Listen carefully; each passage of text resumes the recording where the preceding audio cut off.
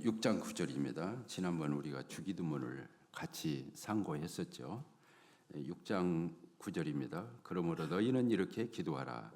하늘에 계신 우리 아버지여, 이름이 거룩히 여김을 받으시오며 나라가 임하옵시며 뜻이 하늘에서 이루어진 것 같이 땅에서도 이루어지이다.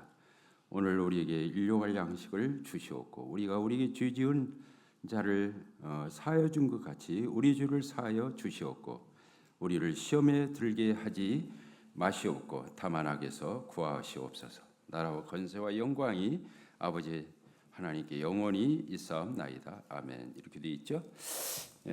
그때 이제 이 부분을 이렇게 언급하면서 그런 부분을 말씀을 드렸습니다. 이 주기도문에는 우선순위가 굉장히 뚜렷하게 나와 있다, 이런 말씀을 드렸습니다.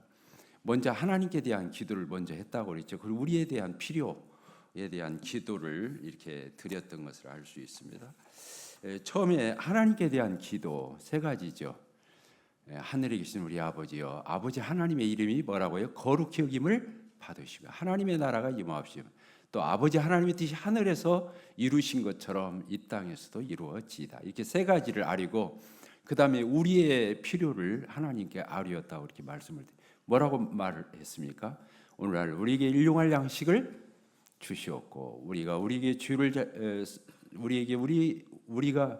우리에게 죄 지은 자를 사하여 준 것처럼 우리의 죄를 사하여 주시옵고 우리를 뭐라고 그랬어요? 시험에 들게 하지 마시오며 다만 악에서 건져 주십시오. 이렇게 했다고 그랬잖아요. 그리고 마지막 부분은 뭐 기도 내용에 들어간다라기보다도 본래 원문에는 없는 기도다. 이렇게 돼. 나라와 권세와 영광이 아버지께 영원히 있사옵나이다. 이 부분은 송영이라고 그래서 그때 당시 모든 기도의 통례다. 그래서 나중에 이렇게 삽입한 걸로 그렇게 알려져 있습니다.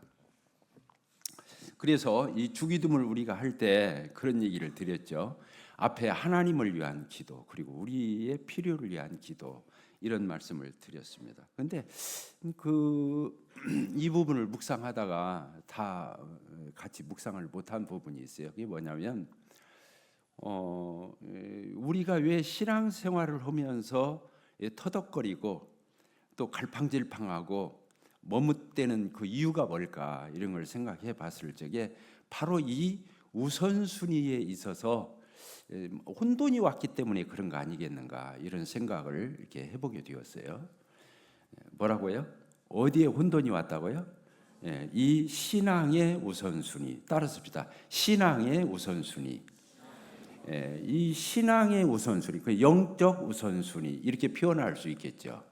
이 어떤 우선순위에 문제가 생겼을 적에는 어디에서 문제가 생겼기 때문에 왜 우선순위 문제가 초래했을까, 이런 걸 생각해 보게 되면 그 사람의 인생관과 그 사람의 가치관이 혼돈되어 있다, 성경적이지 않기 때문에 그렇다, 이런 생각을 이렇게 해보게 되었어요.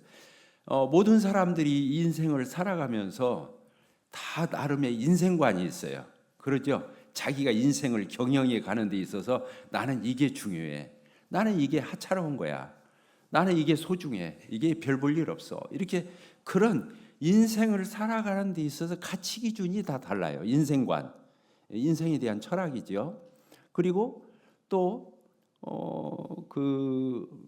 이걸 이제 다른 말로는 가치관이라고 그러는데, 나는 뭐가 가치가 있어, 나는 뭐가 가치가 없어, 이것에 의해서 선택을 하게 되어 있어요. 뭘 한다고요? 인생의 선택을 수시로 그 가치 기준에 의해서 한다는 거예요. 그래서 무엇을 더 우선에다 두어야 할지, 무엇을 급하게 해야 할지, 무엇을 나중에 해야 할지, 그러죠? 어떤 것을 중요하게 여기고 경하게 여기는 것에 따라서 그 사람의 선택의 기준이 달라져요. 저희 자매하고도 지금 43년을 살았는데 그런 차이가 많아요. 보면 저는 어떤 사람하고 약속하면 좀 빨리 나가서 지켜야 돼요. 뭐라고요? 한 5분 전이라도 이렇게 나가서 기다리는 게 저는 하려고 하는데, 저희 자매는 뭐 그럴 거 있냐는 거예요. 5분 10분 늦을 수도 있는 거지. 지금도 싸우니까 참 성격이 느긋하다고 해야 하는 건지 약속을 오기도 좋다고는 뭐 성실하지 않은 게 있는 건지 이건 잘 모르겠어요. 또 부부싸움 또 올 것 같으네. 예. 그러니까 사람마다 그게 달라요. 약속을 중요시 여기는 사람은 정확하게 지키려고 미리 나가서 그런 걸 준비하고 이렇게 하겠죠. 그런데 그 사람 만나기로 해서 만나면 되는 거지 꼭 시간이 그렇게 정확해야 되느냐 이런 생각을 또 할 수 있겠죠. 하면 안 되는데 있겠다고 해야 할 것 같아요. 그래서 이제 성경을 이렇게 보더라도 그렇습니다. 이 하나님 말씀을 보는 그 안목이 어떤 것들을 하나님께서 우선순위를 하도록 하셨는지를 알지 못하면 이게 헷갈린다는 거예요. 그렇습니다. 방금도 주기도문을 우리가 봤잖아요. 하나님께 대한 기도 3가지 하고 난 뒤에 우리의 필요에 대한 그런 기도 3가지를 이렇게 연이어 하는 걸 볼 얼마나 아름다워요. 그렇죠? 십계명도 그 생각이 떠올랐어요. 십계명도 그렇습니다. 먼저 누구에 대한 기도가 먼저 나오죠? 하나님께 관련한 기도가 먼저 나오고 그 다음에 사람들끼리의 이런 명령이 그 다음에 이렇게 나와요. 1계명이 뭡니까? 하나님만 섬겨라. 그렇죠? 다른 거 말고 하나님만 오로지 섬겨라. 2번째가 뭡니까? 우상을 만들거나 거기 절하지 말고 하나님 섬겨라. 이렇게 돼 있죠. 우상을 만들거나 절하지 마라. 3번째가 뭡니까? 하나님의 이름을 망령되이 일컬지 말. 하나님 이름 함부로 경거망동하게 하나님 앞에서 그렇게 행동하면 안 돼. 이렇게 써 있단 말이에요.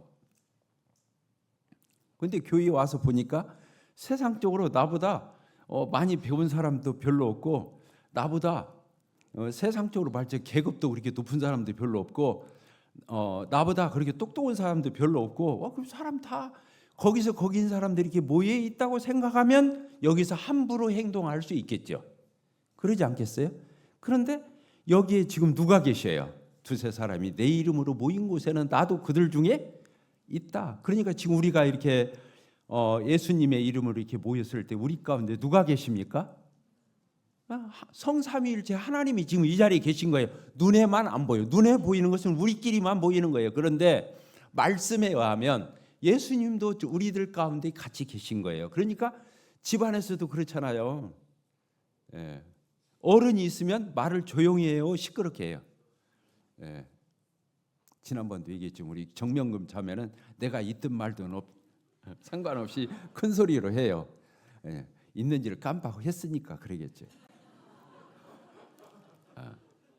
그러니까 우리들 가운데 예수님이 삼위일체 하나님이 함께 하신다고 생각하고 또 여기 어른이신 부치님들 모치님들도 계신다고 생각하면 이 자리에서 함부로 하지 않겠죠. 그러지 않겠습니까? 예, 신중하게 조용하게 예의 바르게 이렇게 할 거라고 덕스럽게. 근데 그렇지 않기 때문에 육신적인 시각으로 보면 여기 있는 형제 자매들 별 볼 일 없어요. 세상에 내다 놓든 여기서 보든 다 거기서 거기니까 내가 함부로 대할 수 있죠. 근데 그건 큰일 나는 거죠. 그게 하나님을 두려워함이 없는 거예요. 따라서입니다. 하나님을 두려워함이 없다. 그렇죠. 하나님을 두려워할 줄 모르는 거예요. 저희가 제일 두려워하는 사람이 누구냐? 하나님 두려운 줄 모르는 사람을 저는 제일 두려워해요. 왜? 막 나갈 거니까. 제가 지금까지 인생을 살면서 또 주님을 섬기면서 제일 두렵고 떨리는 사람이 누구냐면 아슬아슬한 사람이 하나님 두려운 줄 모르고 행동거지 하는 사람을 제가 제일 두려워해요. 그 사람이 브레이크가 없어요. 왜? 육신적이고 세상적인 시각으로 교회 와서 막 나가기 때문에 안 되는 거예요. 그리스도의 예절로 주님의 임재와 하나님의 함께 하심과 이런 의식이 없으니까 함부로 하는 거죠. 십계명도 제가 말씀드렸잖아요. 하나님께 대한 계명이 먼저 나와요. 근데 하나님께 대한 계명 4가지가 있다고 그랬잖아요. 하나님만 섬겨라, 우상 만들거나 저러지 말아라, 하나님의 이름을 망령되이 일컬지 말아라. 4번째가 뭐예요? 안식일을 기억해서 거룩하게 지켜라. 근데 이 4가지 가운데서도 순서껏 써 있다는 거예요. 우선순위. 4가지 중에서 제일 제일 무게 있는 계명이 몇 계명이에요? 1계명이에요. 하나님만 섬겨라. 두 번째가 우상 섬기지 않고 하나님께 절하는 거예요. 세 번째가 하나님 앞에 버릇없이 굴지 않고 겸손히 중후하게 행동하는 거예요. 네 번째가 뭐예요? 안식일을 기억해서 그날 하나님을 섬기는데 전념하는 이 안식일. 그러니까 네 가지 계명 중에서도 중요도 순서대로 써 있다니까요. 이거 여러분들 생각해 보셨어요? 자, 사람에 대한 계명도 몇 가지 있습니까? 6가지가 있어요. 5계명을 네 부모를 공경하라, 이것을 하나님께 속한 계명으로 보는 사람도 있어요. 그러나 조금 비약적인 해석이라고 좀 깊이 생각하면 그럴 수도 있겠죠. 그러나 어쨌든 부모에 대해서도 사람이잖아요. 하나님이 나를 창조할 때 부모를 통해서 나를 창조했기 때문에 하나님께 속한 계명으로 놓고 보는 것도 과언은 아니에요. 그런데 거기 보면 내 부모를 공경하라, 그게 몇 번째 계명이에요? 5번째. 6번째가 뭐죠? 살인하지 말라. 7번째가 뭐예요? 간음하지 말라. 8번째가 뭐예요? 예? 도둑질하지 말라. 9번째가 뭐예요? 거짓말을, 나중에 내 이웃의 것을 탐내지 말라, 이런 순서로 돼 있죠. 근데 거기 보게 되면 부모님을 공경하고 부모님께 효도하는 것이, 부모님을 깍듯하게 대하는 것이 가장 우선이었어요. 살인보다도 더 중요한 거예요. 우리 생각에는 살인하지 않는 거 더 중요하다고 생각하지만 그렇지 않잖아요. 살인과 간음과 도둑질과 이런 것들 쭉 나오지만은 거기에 보면 그렇지 않아요. 아까 살인과 간음 뭐가 더 중요하겠어요? 살인하면 안 되죠. 간음이 그다음 나쁘다고 돼 있어요. 이게 순서로 돼 있는데 거기 보면 내 부모를 공경하라가 거기에 5번째 들어가 있는 것을 우리는 보게 돼요. 그래서 십계명 하나를 놓고 보더라도 우선순위가 거기에 나타나 있어요. 아멘 주시죠? 성경은 그렇게 되어 있다니까요. 주기도문을 읽으면서 그랬고, 자, 우리 6장을 또 보도록 하겠습니다. 6장을 보게 되면 많은 사람들이 헷갈려하는 것이 물질과 하나님과의 관계에 있어서 헷갈려해요. 몇 절에 써 있습니까? 24절. 6장 24절 같이 읽읍시다. 시작. 한 사람이 두 주인을 섬기지 못할 것이니 혹 이를 미워하고 저를 사랑하라, 혹 이를 중히 여기고 저를 경히 여김이라. 너희가 하나님과 재물을 겸하여 섬기지 못하느니라. 이렇게 되어 있어요. 돈 중요해요, 안 중요해요? 돈 중요하지 않다고 생각하는 사람이 신고해야 돼. 돈 중요해요. 돈이 얼마나 중요해요. 이 세상 천지에서는 돈같이 중요한 것이 없어요. 돈이 없으면 한 걸음도 밖에 나서 활동을 할 수가 없어요. 돈이 그렇게 중요한 거예요. 돈이 중요한 건데 돈이 안 중요하다는 것을 설교하기 위한 것이 아니에요. 하나님보다 덜 중요하다, 이걸 가르치는 거예요. 아시겠죠? 우선순위를 가르치는 거예요. 돈 안 중요해, 함부로 써, 마음대로 해, 이러지 말고 놀기만 해, 이러라고 써 있는 구절이 아니고 하나님보다 앞에다 놔서는 안 된다, 이걸 말씀하는 거죠. 그러니까 하나님, 그 다음에 돈, 이 순서를 알아라, 이렇게 되어 있는 거예요. 그러니까 돈을 주인처럼 생각하면 되겠어요, 안 되겠어요? 돈을 주인처럼 생각하는 사람의 특징이 있죠. 돈의 노예가 되는 거예요. 주인의 반대가 뭐예요? 노예지. 그러니까 하나님의 종이 되는 것이 아니라 돈의 종이 되어서는 안 된다, 이걸 얘기하는 거죠. 돈을 중요시 여겨야죠. 근면성실하게 벌어야죠. 뜻깊은 일에 그 돈을 써야 되죠. 돈 중요한 거죠. 그러나 많은 사람들이 오늘날 이 세상은 물질 만능 시대에 빠져 있어요. 미모지상주의, 물질 만능주의, 두 가지에 빠져 있어요. 세상이 지금 그렇게 되어 있어요. 돈이면 다 끝나요. 하나님은 안 보이잖아요. 돈은 현찰로 눈에 호주머니에 카드 넣고 다니잖아요. 하나님 안 보이는 하나님보다 물질을 더 앞에다 놓고 노골적으로 돈이면 다라고 말을 해요. 미모지상주의. 그 사람이 어떤 삶을 살았든 다 필요 없어요. 남녀간에 아무리 엉터리로 살고 아무리 기가 막힌 삶을 살았다 할지라도 잘생기면 된다는 거예요. 이런 기가 막힌 세상이 오늘날 우리가 살아가고 있는 거예요. 두 가지 경계해야 됩니다. 물질 만능. 오늘날 물질 만능이 뭐예요? 물질이 하나님이 되어 있다는 얘기예요. 외모지상주의, 외모가, 사람은 사람이 뭘 본다고 그랬어요? 껍데기를 보거니와 외모를 보거니와 나 여호와는 사람의 중심을 보느니라. 지혜 있는 사람은 외모를 보고 사람을 고르는 게 아니에요. 그 마음의 중심을 보고 고르는 거예요. 여러분들이 결혼할 적에 그렇게 고르십시오. 아시겠죠? 하나님의 시야로, 하나님의 눈으로 그렇게 골라야 되는 거예요. 굉장히 하나님 말씀에 순종하는 것은 지혜지요. 우리가 하나님보다 더 똑똑하겠어요? 말도 안 되는 거죠. 그 다음 절 또 뒤에 있습니다. 바쁘니까 계속 보도록 하겠습니다. 그냥 읽기만 해도 은혜가 되죠. 20 몇 절입니까? 25절 하나님과 재물을 겸하여 섬기지 못하느니라 해놓고 뭐라고 그랬어요? 그러므로 내가 너희에게 이르노니 목숨을 위하여 무엇을 먹을까 무엇을 마실까 몸을 위하여 무엇을 입을까 염려하지 말라. 목숨이 음식보다 중하지 아니며 몸이 의복보다 중하지 아니하냐. 공중의 새를 보라. 공중에 저 날아다니는 새 참새 한 마리라도 이런 새를 보라. 심지도 않고 거두지도 않고 창고에 모아들이지도 아니하되 너희 하늘 아버지께서 기르시나니 너희는 이것들보다 귀하지 아니하냐. 저 공중에 나는 저 새들도 하나님이 저 미물도 먹이시고 다 이렇게 하는데 너희들 굶기겠어? 이런 뜻이에요. 사람이 못 깨달으니까 이런 말로 하는 거죠. 그 다음 저 뭐라고 되어 있습니까? 28절 또 너희가 어찌 의복을 위하여 염려하느냐. 들의 백합화가 어떻게 자라는가 생각하여 보라. 수고도 아니하고 길쌈도 아니하느니라.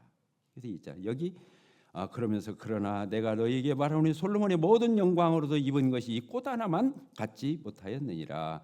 오늘 있다가 내일 아궁이에 던져지는 들풀도 하나님이 이렇게 입히시거든. 하물며 너희일까 보냐. 믿음이 적은 자들아.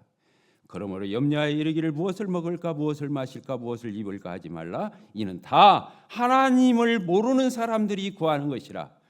너희 하늘 아버지께서 이 모든 것이 너희에게 있어야 할 줄을 아시느니라. 그런즉 같이 읽겠습니다. 시작. 그런즉 너희는 먼저 그의 나라와 그의 의를 구하라. 그리하면 이 모든 거 먹고 있고 먹는 거 마시는 거 입는 거 다 하나님께서 어떻게 한다. 이 모든 것을 너희에게 더하시리라. 이렇게 되어 있어요.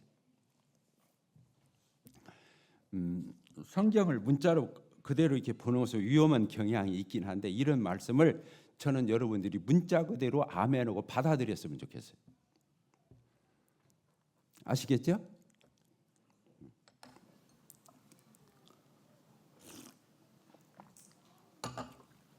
근데 이 말씀은요, 실제로 이 말씀에 나를 던져본 사람은 경험을 해요. 성경은 이렇게 써 있지만 실제도 그러겠어? 그런 사람은 이것을 이 하나님의 말씀을 경험할 수가 없어요. 신앙이 좋다, 믿음이 좋다, 이게 무슨 뜻이냐면 살아계신 하나님이 안 보이지만 살아계셔요. 만질 수 없지만 살아계셔요. 살아계신 하나님을 얼마나 삶 가운데서 만나고 경험하고 하나님을 체험했느냐에 따라서 이 믿음이 커지는 거예요. 성경을 많이 알아서 믿음이 커지는 게 아니에요. 하나님을 실제로 어떻게 한다고요? 경험해야 되는 거예요. 살아계신 하나님을 만나요. 그래서 실제로 염려하지 않는 거예요. 내가 무엇을 먹을까, 무엇을 마실까, 무엇을 입을까 염려하지 않아야지. 맞아. 하나님께서 그러라고 했잖아. 너희는 먼저 그의 나라, 하나님의 나라와 하나님의 의를 그 하나님께서 바라고 원하시는 것을 너도 먼저 구해. 그러면 하나님이 이 모든 것을 너에게 채우시리라, 더하시리라 이렇게 약속하셨잖아. 하나님 그렇게 하실 거야. 그러면서 진짜로 염려하지 말고 그렇게 맡기고 하나님 앞에 나가면 하나님이 그것을 책임지는 것을 경험할 수 있어요. 여기 앉아있는 우리 형제자매들 다 그렇게 체험할 수 있게 되기를 바랍니다.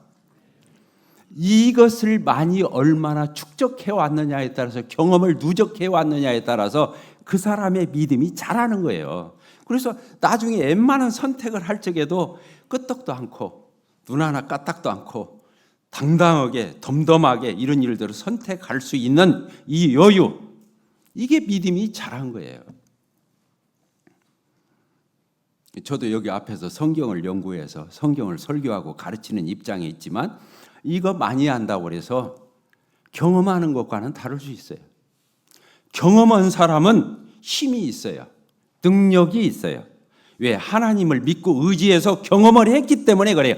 지식적으로 아는 게 아니라 경험해서 알기 때문에 그걸 진짜 아는 거라고 말하고 있잖아요.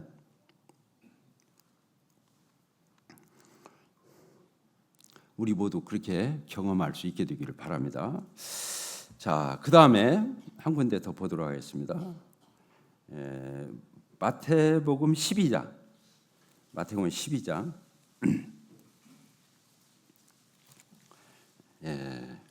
우선 마태복음 8장을 보도록 하겠습니다. 마태복음 8장. 우리가 다 아는 말씀들이에요. 오늘 너무 흔하게 우리가 접할 수 있고 이렇게 읽을 수 있는 말씀들이에요. 8장 18절 보도록 하겠습니다.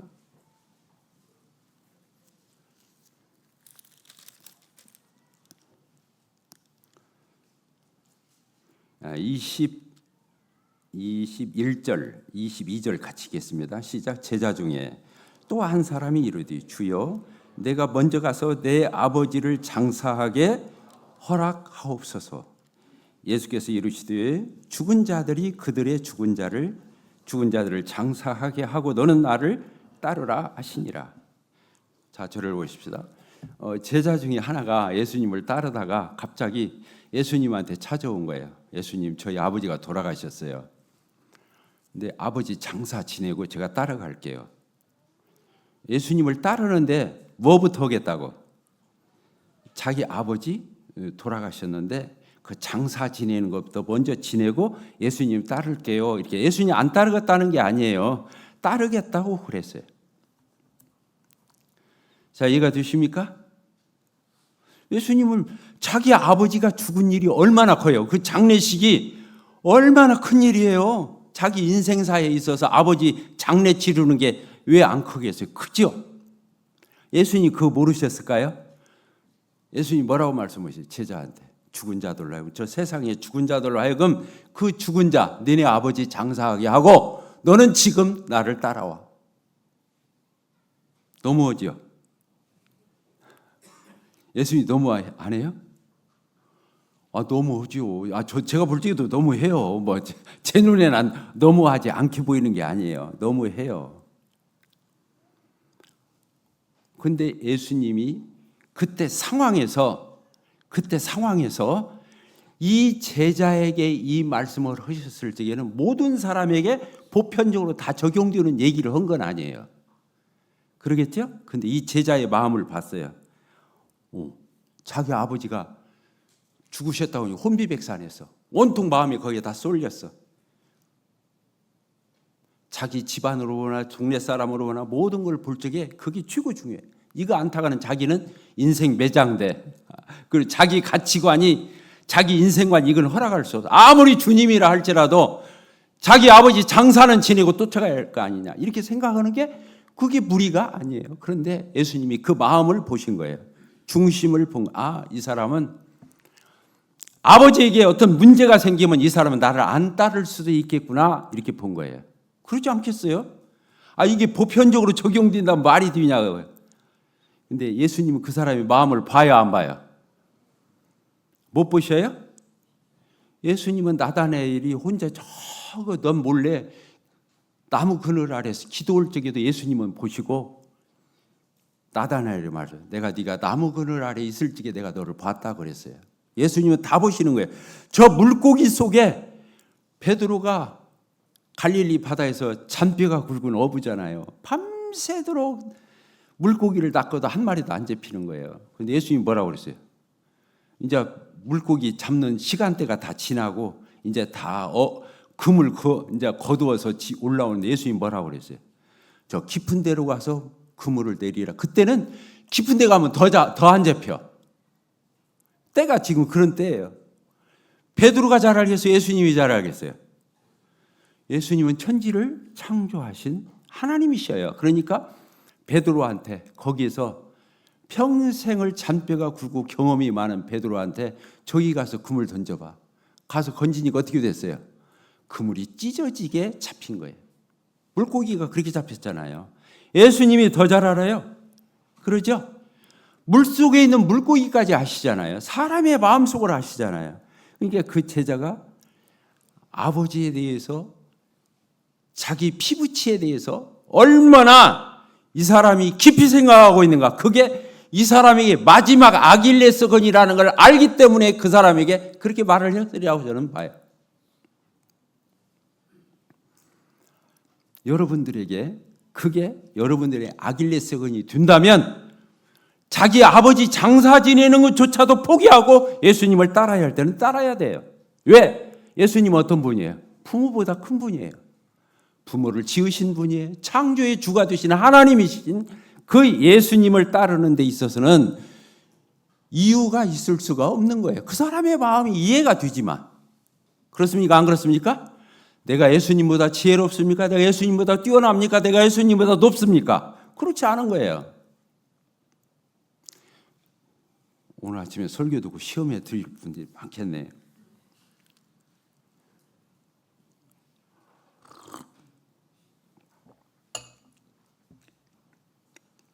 제가 옛날에 우리 어머니고 생각이 나요. 이 얘기만 하면 우리 어머니 생각이 나요. 돌아가신 우리 모친님이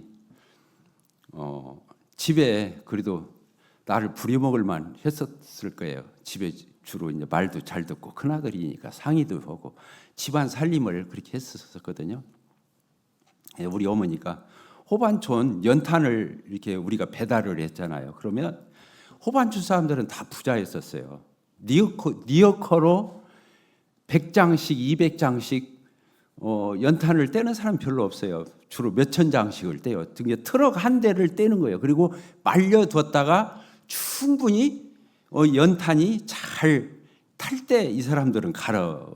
우리 없는 사람은 연탄이 축축을 주게 가르치잖아요. 근데 돈 있는 사람들은 미리 떼어놨다가 이게 푸석푸석 말았을 적에 연탄 가르치면 가스도 들라고 그러거든요. 그러니까 이분들이 트럭으로 떼는 거예요. 근데 우리 어머니가 꼭 제가 교회 가는 날 맞춰서 그 연탄을 떼어놓는 거예요.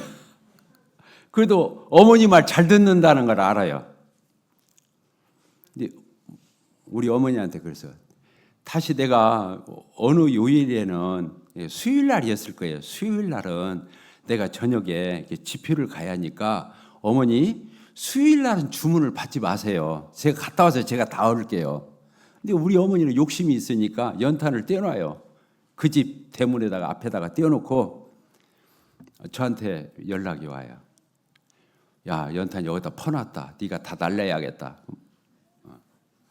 연탄 제가 날릴 걸로 평상시는 들었죠. 그런데 내가 어머니하고 약속을 했어요. 다시는 그날 내가 집회 가는 시간대에 맞춰서 오면 저는 안 씁니다. 불순종할 겁니다. 근데 그때 비가 오는 거야. 연탄은 비가 오면 어떻게 돼요? 녹아서 흘러버려요. 흙탕물이 돼가지고 까만 물이 돼서 흘러내리는데 진짜 안 갔어요. 저도 연탄 한 장 가지고 벌벌벌벌 할 때야 그때가. 그런데도 내 양심이 허락지를 않았어요. 그랬더니 우리 어머니가 말하냐면 연탄 배달하다가 시간 딱 되니까 그냥 가더래요. 근데 소리 안 나는 총만 있었으면 아들이라도 쏘겠더래. 근데 그 다음부터 우리 어머니가 그런 적이 없어요. 제가 예배를 드린다든가 집회를 참석하기 위해서 가는 그 시간대에 그런 일을 하신 적이 없어요. 이해가 되십니까? 저도 연탄, 계란 하나 다 배달해서 제가 먹고 살았거든요. 그러니까 얼마나 소중하다는 걸 알아요. 그러지만 하나님 앞에서 이거 타협하기로는 한도 끝도 없어요. 왜 그러냐면 하루 이틀 장사할 게 아니기 때문에. 여러분도 그렇게 하라는 얘기가 아닙니다. 아시겠죠? 자, 마태복음 16장을 보도록 하겠습니다. 마태복음 16장, 마태복음 12장, 마태복음 12장 47절을 보도록 하겠습니다. 12장, 마태복음 12장 46절 보겠습니다. 예수께서 무리에게 말씀하실 때에 그의 어머니와 예수님 어머니 마리아지요. 마리아와 동생들이 예수께 말하려고 밖에 섰더니 한 사람이 예수께 여짜오되 보소서 당신의 어머니와 동생들이 지금 당신한테 말하려고 밖에 서 있나이다 하니 말하던 사람들이 대답하여 이르되 누가 그렇게 전달하는 사람에게 예수님이 지금 하시는 말씀이에요. 이르시되 누가 내 어머니이며 내 동생들이냐 하시고 손을 내밀어 제자들을 가리켜 이르시되 나의 어머니와 나의 동생들을 보라. 누구든지 이게 내 어머니고 내 동생이 아니야.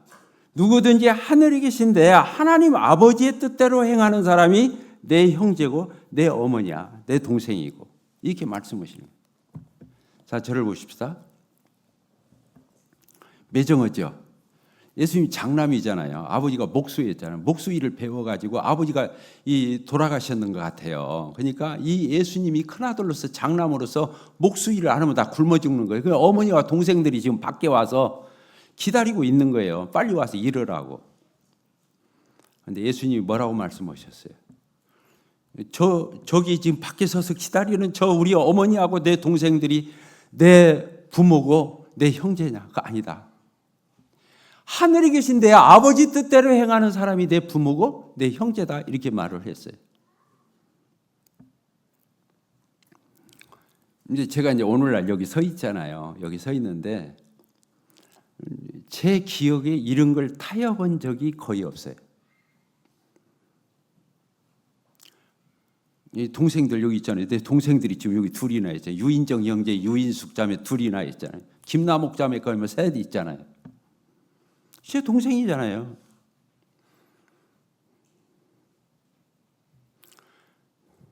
자녀들 있죠. 손자들, 조카들, 말도 못하게 여기 많이 있어요. 근데 타협할 수 없어요.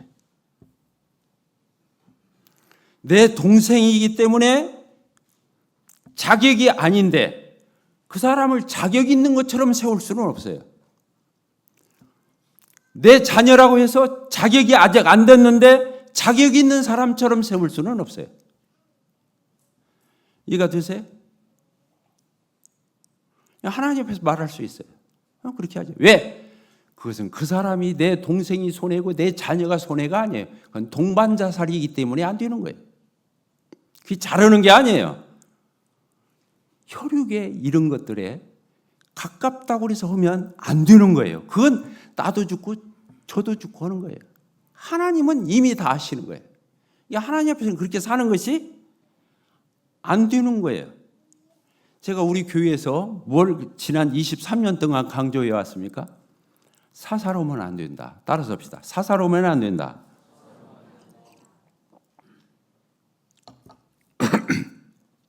나하고 가까운 사람이라고 해서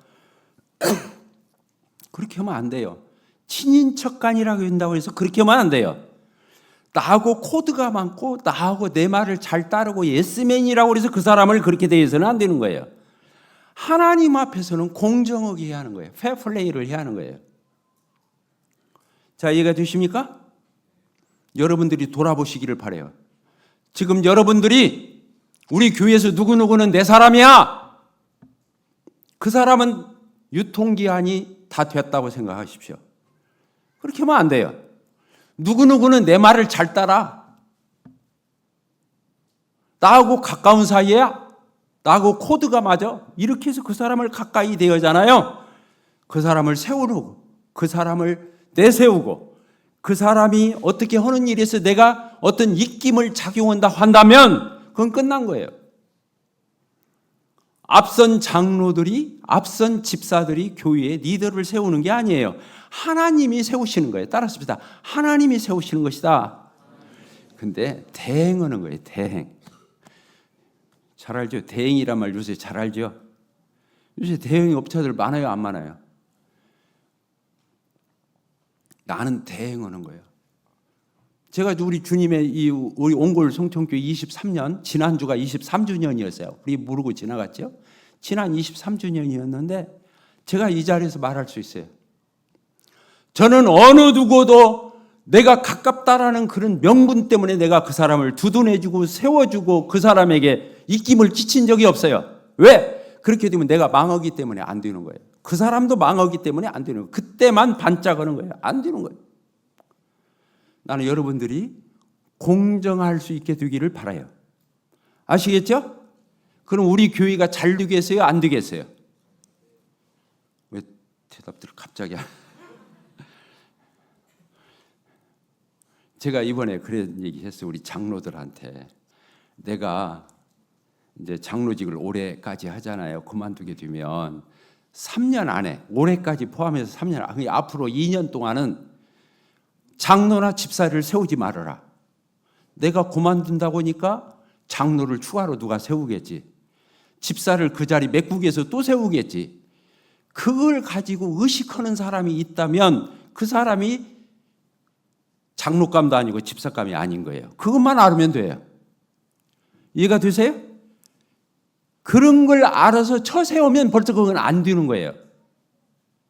순수한 마음으로 하나님 일을 대할 줄 알아야 돼요.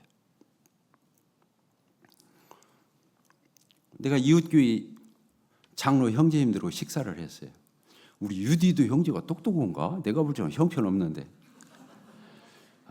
유디도 형제 장로 세웠죠? 그러더라고. 내가 올해까지 한다고 하니까 이미 장로 세운 줄 알아. 뭔 얘기야? 어림도 없어. 그러니까. 2번을 거꾸로 또 물어봐요. 세우고 그만둘 거죠? 아직 몇 달 남았으니까. 이 말 이해가 돼요? 왜 오늘날 기독교가 욕을 먹어요? 세상에도 없는 세습을 하기 때문에 안 되는 거예요. 이해가 되십니까? 그래서 유디도 형제나 김병인 형제나 나하고 이 친인척간인 형제들이 내 자녀라 할지라도 제 손으로 세울 수 없어요. 이해가 되세요? 다음 장로들에게 이관하는 거예요. 그 사람들이 알아서 하도록. 그러면 또 한 가지 있어요. 보니까 유디도 형제나 김병인 형제가 장로감이야. 근데 유인관 형제가 여기서 장기 집권했잖아. 근데 그 아들을 이어서 세우면 이거 문제 되는 거 아니야? 그래서 안 세우면 그 장로들은 유통기한이 또 되는 거예요. 이해가 되세요? 이해가 안 되시는가 보다. 제 자녀라 할지라도 아니면 아닌 거고 자격이 되면 세워야 되는 거예요. 이해가 되셨습니까? 이걸 못 알아들으면 큰일 나요. 주님을 섬길 적에 사사롭고 육신적인 것이 최고로 나쁜 거예요. 그걸 다른 말로는 세속화라고 그래요. 교회가 거룩한 공동체고 하나님의 공동체고 성령의 공동체고 말씀의 공동체인데 사사롭게 육신적으로 세우면 세상과 다를 바가 없는 거예요. 이 교회는 이미 세상화가 된 거예요. 그러니까 여기 교회 와서 여러분들 이러고 앉아있을 필요 없어요. 세상에 있으나 여기 있으나 똑같은 교회 같으면 뭐라고 여기 와서 앉아있어요. 나는 여러분들이 다 저를 포함해서 주님의 몸된 옹골송천교회를 진실한 마음으로 거룩한 마음으로 그렇게 대하고 사랑할 수 있는 여러분들이 되게 되기를 바라요. 하나님이 기뻐하시지 않겠어요? 누구보다도. 여기 그렇게 나와 있어요. 밖에 있는 어머니한테, 동생들한테 누가 내 어머니이며 누가 내 형제냐? 하늘에 계신 내 아버지 뜻대로 행하는 사람이 내 형제고 내 부모고 그렇다. 진짜 그렇게 믿어요.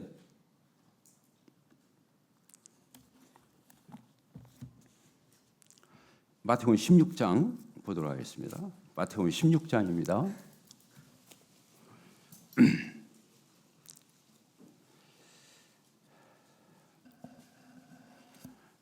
21절입니다. 16장 21절. 이때로부터 예수 그리스도께서 자기가 예루살렘에 올라가 장로들과 대제사장들 서기관들에게 많은 고난을 받고 죽임을 당하고 3일 만에 제3일에 살아나야 할 것을 제자들에게 비로소 나타내신지라. 22절 같이 읽읍시다.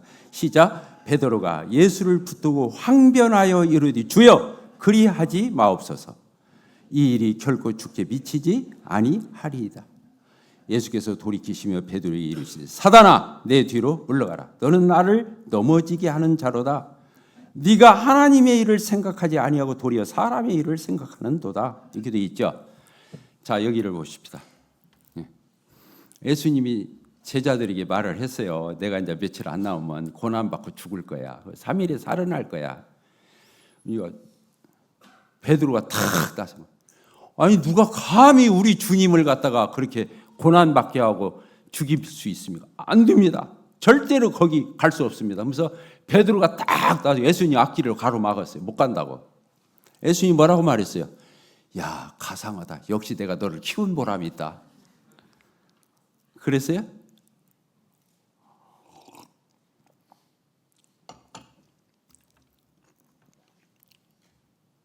뭐라 하냐면 그 사랑하는 톱 제자, 12제자 사랑했잖아요. 세 제자를 더 사랑했죠. 야고보, 요한, 베드로. 베드로, 야고보, 요한 사랑해서 수제자. 그 수제자 중에서도 누구를 제일 사랑했어요? 베드로, 톱 제자였잖아요. 근데 베드로한테 갑자기 예수님이 뭐라고 말씀하셔요? 역시 수제자답다. 이런 게 아니라 사단아, 내 뒤로 물러가라. 왜? 예수님이 지금 사람들에게 팔려서 그 십자가의 고난이 넘겨줘야 돼야 안 돼요. 인간적으로는 안 되지만 예수님이 그 길을 가지 않으면 모든 인류가 구원을 받을 길이 있어요, 없어요? 없잖아요. 그리고 3일 만에 부활하셔야 맞는 거잖아요. 근데 베드로는 예수님을 그렇게 따라다니면서 배웠어도 육신적인 정의감, 예수님을 막 받들고 예수님을 아끼려는 그 마음이 앞서가지고 예수님 딱 가로막고 못 간다고. 절대로 갈 수 없다고. 예수님이 사단아, 내 뒤로 물러가라. 너는 뭐라고 그랬어요? 하나님의 일로 생각지 않고 뭘로 생각한다? 사람의 일로 네가 생각한다. 이게 사람의 생각으로는 인지상정으로는 일리가 있어요, 없어요? 있죠. 사람이 자기 스승이 지금 그렇게 든다는데 가만히 뒷짐치고 있으면서 역시 잘 가십시오, 이거 빠이빠이 오고 그런 제자가 있겠어요? 근데 인지상정으로는 그렇지만 하나님의 거룩한 관점에서 보면 그렇게 해서는 돼야 안 돼요. 너희는 먼저 그의 나라와 의를 구하라 그랬잖아요. 사람의 일로 생각할 적에 그렇게 되는 거예요. 베드로가 그렇게 했을 예수님한테 칭찬받았을 줄 알았을 거예요. 사단이라는 소리 들을 생각이나 했겠어요? 아니잖아요. 사단아, 내 뒤로 물러가라 그랬잖아요. 인간의 사랑은, 육신적인 사랑은 그 필요한 거예요. 그게 나쁘게 했어요. 그러나 우선순위에 있어서 앞에다 놓으면 안 되는 거예요. 우선순위, 따라서 우선순위를 얘기하는 거예요. 그건 아니다가 아니에요. 그러니까 이런 생각할 수 있어요. 아까 어머니와 그 동생들을 생각하는 그 인지상정으로 했을 것 같으면 알았어요. 저 빨리 갈게요. 이랬으면 끝날 일이요. 지금 여기서도 베드로한테 네 마음은 참 가상하다. 이렇게 말하면 되는 거예요. 그런데 아닌 거잖아요. 그건 사랑이 아니에요. 이해가 되시죠? 그건 사랑이 아니에요. 근데 많은 사람들이 이 세속적이고 인정적이고 육신적인 사랑이 많은 것이 주님 안에서도 사랑이 많은 것으로 착각한다는 데 문제가 있어요. 제가 지금까지 주님을 섬겨오면서 많은 이런 사례들을 봤어요. 사람들한테 인정 베풀고 세속적이고 세상적이고 육신적인 사랑이 많으면 예수님 안에서도 사랑이 많은 걸로 착각한다는 거예요. 이게 문제예요. 그렇지 않아요. 때로는 예수님을 따르기 때문에 매정해야 할 때가 있어요. 냉정해야 할 때가 있어요. 그래야 안 그래요? 여기 보니까 그렇잖아요. 예수님 얼마나 매정해요. 아까 예수님이 그 자기 어머니와 동생들을 향해서도 하는 말씀 들어보세요. 얼마나 매정해요. 근데 맞잖아요. 우리 한 절만 읽고 마치도록 하겠습니다. 요한복음 끝장입니다. 요한복음 22장, 요한복음 21장, 요한복음 21장입니다. 15절입니다. 21장 15절 같이 읽겠습니다. 시작. 그들이 조반 먹은 후에 예수께서 시몬 베드로에게 이르시되 요한의 아들 시몬아 네가 이 사람들보다 나를 더 사랑하느냐 하시니 이르되 주님 그러하오이다. 내가 주님을 사랑하는 줄 주님께서 아시나이다. 이르시되 내 어린 양을 먹이라. 이렇게 되어 있어요. 자, 저를 봅시다. 이게 이제 요한복음이 끝나가는 마지막 부분이에요. 뭐라고 하냐면 예수님이 베드로를 또 부른 거예요. 베드로 많이 나오네. 베드로한테 물어본 거예요. 뭐라고 하냐? 이 주위에 있는 많은 양들이 있잖아. 예수님을 따라다니던 제자들. 그 사람들을 보면서 예수님이 물어보는 거예요. 베드로한테. 베드로야, 네가 이 사람들보다 나를 더 사랑해? 그러니까 베드로가 뭐래요? 주님 그렇습니다. 저 주님 더 사랑해요. 그러니까 예수님이 뭐라고 말했어요? 아니, 이 영혼들을 사랑하고 이 양떼들을 사랑해. 왜 나를 사랑해? 이 양들을 사랑해야지. 이렇게 말할 것 같잖아요. 그런데 예수님이 뭐라고 말씀하시냐면 그렇게 말씀하셔요. 3번 베드로가 부인했던 것처럼 3번을 역으로 물어봐요. 네가 나 사랑하냐? 사랑하냐? 근데 사랑한다고 하니까 예수님 더 사랑해요. 이 양들보다 더 사랑해요. 그러니까 그래, 내 어린 양을 먹여라. 이렇게 됩니다. 자, 우리가 주일학교 사역도 합니다. 학생부 사역도 합니다. 교회에서 목회도 합니다. 집사일도 합니다. 다 하잖아요. 그런데 예수님을 사랑함으로 그 일을 해야 한다는 거예요. 이게 본문의 취지예요. 네가 나 사랑해? 나 사랑하면 이 어린 양들을 먹여. 이해가 되십니까? 예수님을 사랑하지 않는데 이 일은 동정심 가지고 할 수는 없다는 거예요. 주님 일을 이런 동정심 차원에서 할 수는 없다는 거예요. 착각하지 마세요. 여러분이 사랑이 많은 게 아니에요. 참 놀랍잖아요. 네가 나 사랑해? 예수님 얼마나 노골적이에요. 이 양들보다 너 나 사랑해? 저 주님 사랑해요. 그러니까 그러면 이 어린 양들 네가 먹여. 네가 책임져. 예수님을 사랑함으로 모든 것에 동기가 되어야 할 것을 얘기하시는 거예요. 아멘이시죠? 저는 우리 교회 사랑하는 형제 자매님들이 그런 주님 앞에서의 이런 투명성, 이런 페어플레이, 공정성, 사사롭고자 하는 육신적이지 않고 세속적이지 않은 육신에 연연해하지 않는 그런 여러분들의 신앙생활을 기대합니다. 하나님도 그렇게 기대할 것이라고 믿습니다. 기도하고 마치겠습니다. 하나님 아버지 감사합니다. 우리 주님 얼마나 멋지고 아름다운 분이신지요.